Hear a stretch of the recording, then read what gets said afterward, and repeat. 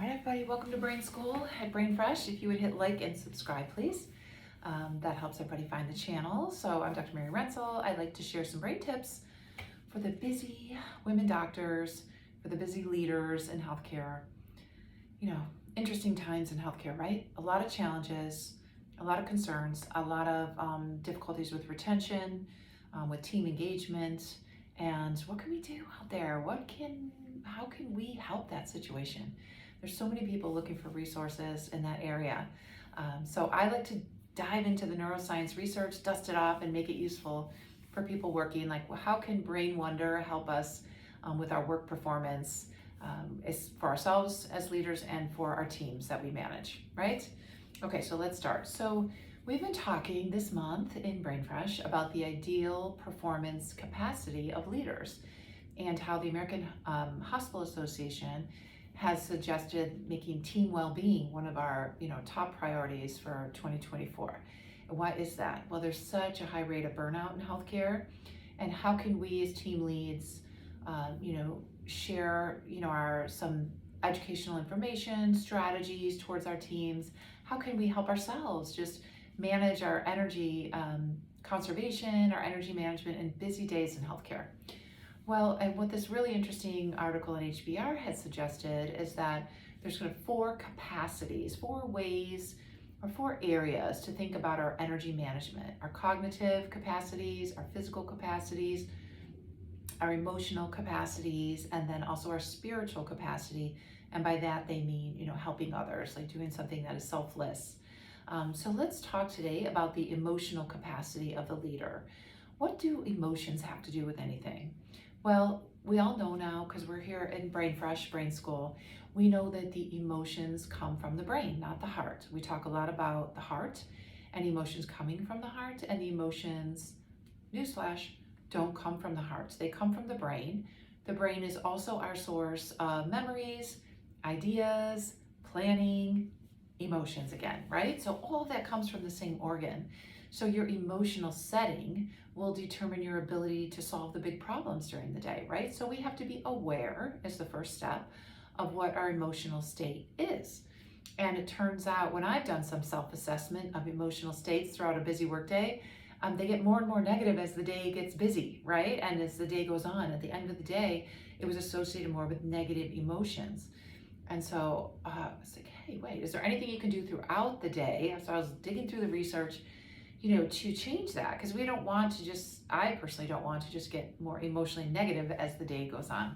I'm definitely naturally more of a morning person, just energy, etc., and emotions, but I wanted to see, was there anything I can do in a busy day to help my energy management and to help my emotions stay positive, because there's many books and many studies that suggest that positive emotions help our mind be more expansive. It helps us solve problems.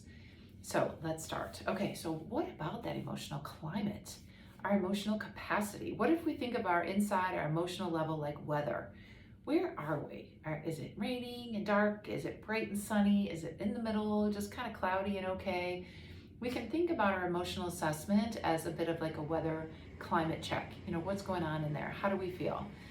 What would you say the weather channel inside your head is showing? And why does that even matter?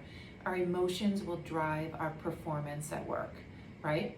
We can have a calm focus at work and get our work done.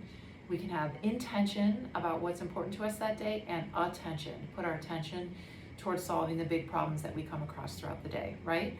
So our emotions can drive our performance, which we can lead with a calm focus because we have our attention on our goal of the day, right?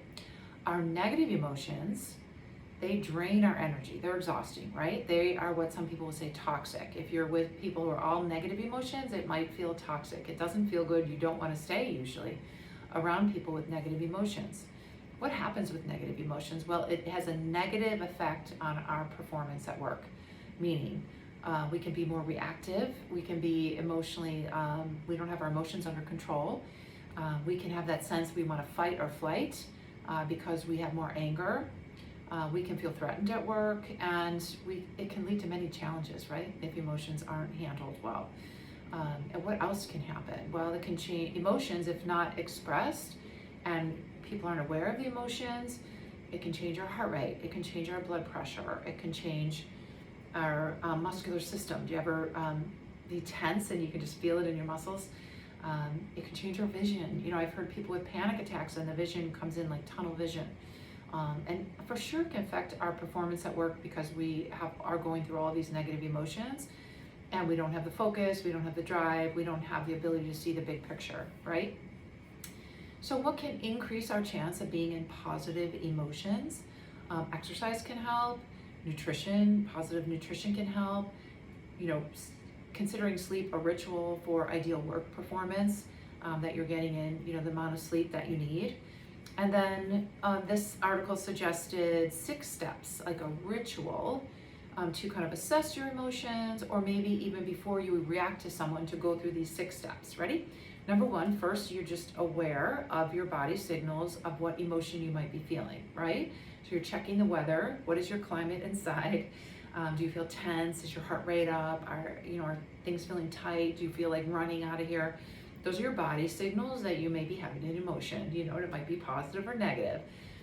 You could close your eyes and take a deep breath to kind of tell your brain everything's okay. That we can change kind of what the medulla oblongata, you know, some of our brain stem sensors sense, because if we're breathing really short and shallow, it's, you know, that our brain will sense that and think that we're threatened. So our breath has a lot of power. So in the middle of a day, we can intentionally take a few deep breaths, tell our brain everything's okay. So first, number 1 is awareness. Number 2 is closing our eyes, taking a deep breath. Number 3 is thinking about our face muscles and just relaxing them. And softening our voice a little bit, because our voice will also tell others what our emotion is. We can think about trying to put ourselves in someone else's shoes. What has their day been like? What's going on at home for them? You know, what's on their plate today?